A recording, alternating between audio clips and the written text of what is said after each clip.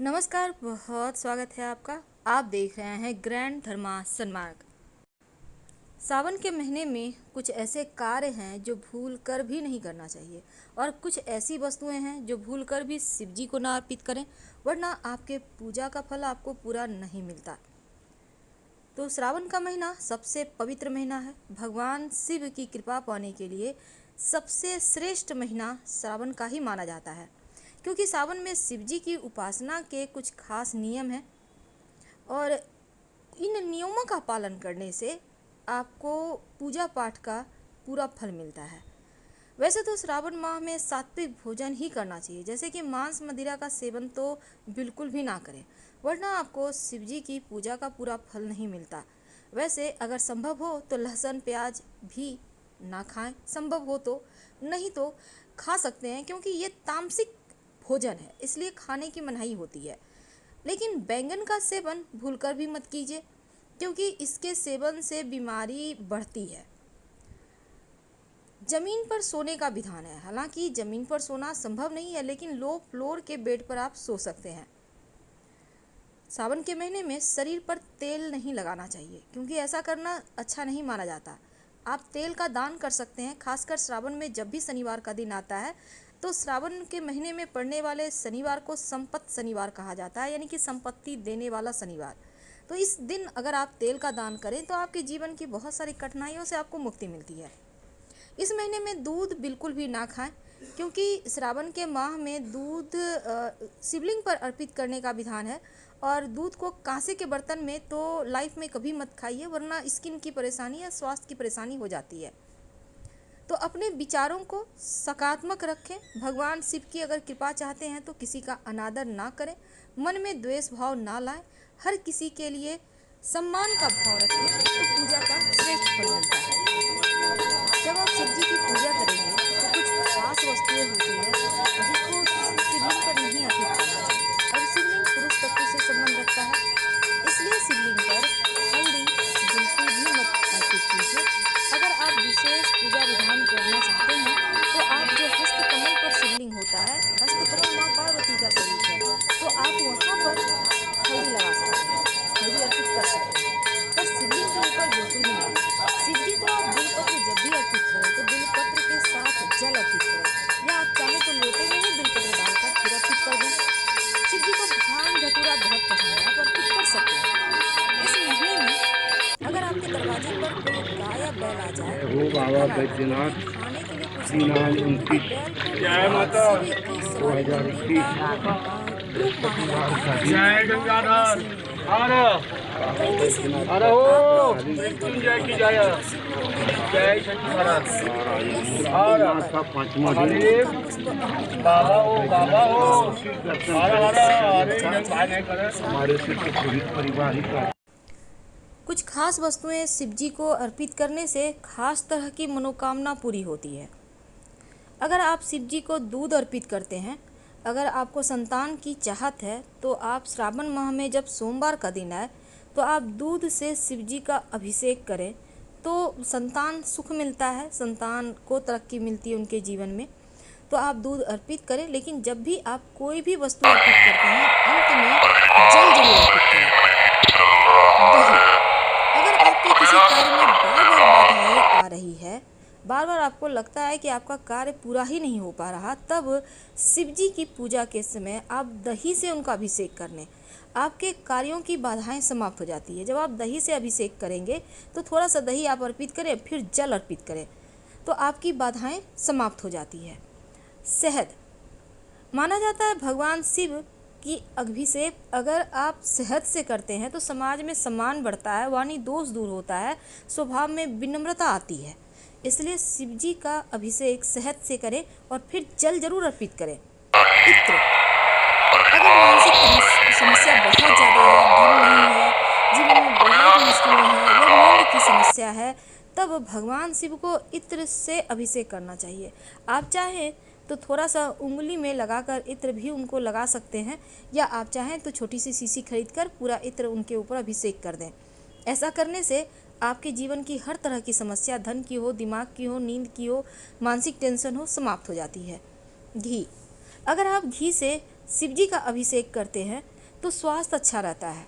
अगर कोई व्यक्ति लंबे समय से बीमार है तो भगवान शिव का अभिषेक घी से जरूर करना चाहिए। जब आप घी से अभिषेक करें उसके बाद जल जरूर अर्पित करें। वैसे तो घी से अभिषेक करने से संतान प्राप्ति के योग भी बनते हैं, आप इसके लिए भी कर सकते हैं। गंगा जल, जो कि सबसे ज़्यादा प्रिय जल है और माना जाता है गंगा जल से शिव जी का अभिषेक करने से घर में सुख शांति समृद्धि भर जाती है। शुद्ध जल यानी कि आपके घर का जल। एक बात हमेशा याद रखिए, मंदिर का जल आप लेकर, बहुत सारे लोग मंदिर में हैंडपंप होते हैं या फिर आप नल है, कुआं है, अब वहाँ से जल लेकर अर्पित कर देते हैं। आप ऐसा ना करें, क्योंकि आप मंदिर का जल अगर भगवान को अर्पित कर देते हैं तो वो जल अर्पित करने का कोई मायने नहीं है। हमेशा घर से ही जल लेकर जाएं। गन्ने का जो रस है अगर उससे आप अर्पित करें शिव जी को तो आर्थिक समस्या से छुटकारा मिलता है। गन्ने का रस से आप पूरा सावन के महीने में भी उनका अभिषेक कर सकते हैं। तो आप गन्ने का रस अभिषेक करें फिर जल अर्पित करें। वैसे तो सरसों का तेल, जो कि तंत्र क्रियाओं में इसका प्रयोग होता है, माना जाता है कि सरसों के तेल से शिव जी का अभिषेक करें तो दुश्मनों का नाश होता है, आपके पराक्रम में वृद्धि होती है। लेकिन एक बात हमेशा याद रखिए कि भगवान शिव का अभिषेक सरसों के तेल से करने से पहले अपनी कुंडली किसी ज्योतिष को दिखा लें। अगर ज्योतिष कहते हैं कि आप ऐसा कीजिए तभी आपको फ़ायदा होगा, वरना नकारात्मक प्रभाव बढ़ जाता है। तो सरसों के तेल से अभिषेक करने से पहले आप तमाम चीज़ों का ध्यान रखिएगा। तो शिव जी की पूजा में कुछ ऐसी गलतियाँ हैं जो हम जाने अनजाने कर लेते हैं। तो वो कौन सी गलतियाँ हैं जो बिल्कुल भी नहीं करना चाहिए, वरना पूजा का पूरा फल नहीं मिलता। तो सबसे पहले तो देखिए, शिव जी की पूजा में नारियल का आप उपयोग कर तो सकते हैं, पर नारियल का पानी शिव जी को नहीं अर्पित करना चाहिए। इस बात का ध्यान रखिए। आप साबुत नारियल उनको अर्पित कर दें और उसके बाद आप फोड़कर बाहर में प्रसाद के रूप में खाएं, सबको दें। भगवान शिव की पूजा में केतकी का पुष्प भी आप उनको नहीं अर्पित कीजिएगा। मान्यता है कि ब्रह्मा विष्णु की जब शिव जी ने परीक्षा ली थी तब केतकी के पुष्प ने ब्रह्मा जी के पक्ष में झूठ बोला था, तभी से भगवान शिव को केतकी का पुष्प चढ़ाना वर्जित हो गया है। भगवान शिव को भूलकर भी हल्दी और मेहंदी, सिंदूर, ये सभी चीज़ें मत अर्पित कीजिएगा, क्योंकि ये चीज़ें महिलाओं के श्रृंगार में काम आती है। इसलिए आप इनको माँ पार्वती को तो अर्पित कर सकते हैं, पर शिव जी को नहीं। अब आप जो भी चीज़ शिव जी को चढ़ाएं उन सभी चीज़ों को ग्रहण भी नहीं करना चाहिए। जो भी शिवलिंग पर ऊपर चढ़ाते हैं उसको बांट दीजिए। लेकिन अगर स्वयंभू शिवलिंग है, पारद शिवलिंग है, तो इन शिवलिंग पर चढ़ा प्रसाद आप खा सकते हैं, आपका भाग्य चमक जाता है। बाकी के शिवलिंग जो पत्थर के होते हैं, मानव निर्मित होते हैं, ऐसे प्रसाद नहीं खाना चाहिए। लेकिन अगर शिव जी की मूर्ति की तस्वीर की पूजा करें तो वहाँ पर चढ़ा प्रसाद भी आप खा सकते हैं। यूँ तो महादेव बड़े ही भोले हैं। अगर श्रद्धा से एक बार सिर्फ ओम नमः शिवाय का उच्चारण भी कर लें तो वो प्रसन्न हो जाते हैं। लेकिन आज हम शिव पुराण में बताई गई उन बातों के बारे में आपसे चर्चा करेंगे जिन्हें महापाप की श्रेणी में रखा गया है। तो शिवरात्रि के दिन वो कौन से कार्य हैं जो नहीं करना चाहिए, जीवन में परेशानी आती है। तो आइए जानते हैं। देखिए, किसी के लिए गलत करना ही नहीं बल्कि सोचना भी पाप होता है। और शिवरात्रि में अगर आप व्रत रख रहे हैं, पूजन कर रहे हैं, तो फिर ना बुरा सोचें ना बोलें। ये सबसे ज़रूरी है क्योंकि विचार की पवित्रता होना आपके जो आपने तप कर रहा है आप जो शिवरात्रि के दिन उसको पूर्ण करेगा। अब पति पत्नी वैसे तो बुरी निगाह से एक दूसरे को नहीं देखते, लेकिन शिवरात्रि के दिन आप संबंध ना बनाएं, एक दूसरे से झगड़ा ना करें। शिवरात्रि के दिन भूल कर भी गुरु, माता पिता, पत्नी, पूर्वज या कोई भी हो किसी का अपमान ना करें। शराब पीना, दान दी हुई वस्तु का फिर से वापस ले लेना, ये सभी चीज़ें ना करें, नहीं तो शिव जी आपको माफ़ भी नहीं करेंगे और आपके जीवन में जो आपने तप दान पुण्य किया है उसका फल भी नहीं मिलेगा। गलत तरीके से दूसरों की संपत्ति को हड़पना, गलत तरीके से या फिर किसी को परेशान करना, ये सभी चीज़ें भी शिवरात्रि के दिन करना मना है। और शिवलिंग की जब आप पूजा करेंगे शिवरात्रि में, तो जैसे शिव जी की पूजा में शंख नहीं बजाया जाता, शिव जी पर सिंदूर नहीं अर्पित किया जाता। शिव पुराण कहते हैं कि फाल्गुन मास की कृष्ण पक्ष की चतुर्दशी को महाशिवरात्रि मनाया जाता है और इस दिन शिव जी और शक्ति का मिलन का ये पर्व है। तो ऐसे में शिव जी की पूजा करने से जीवन में सुख सौभाग्य तो बढ़ता है, लेकिन कुछ खास चीज़ें हैं जिनको नहीं अर्पित करनी चाहिए, नहीं तो आपके जीवन में परेशानी बढ़ जाती है।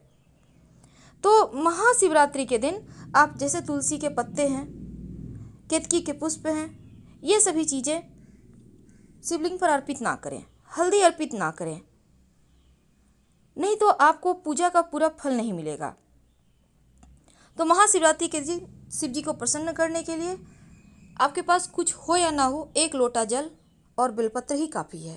अगर बेलपत्र भी ना हो तो सिर्फ 1 लोटा जल नमः शिवाय का अनवरत जप करते हुए शिव जी पर अर्पित कर दें तो वो उन्हीं से खुश हो जाएंगे। दिल में सच्ची श्रद्धा होनी चाहिए, और जब घर आइए तब नीर जरूर लाइए, बहुत ज़रूरी है। धन्यवाद।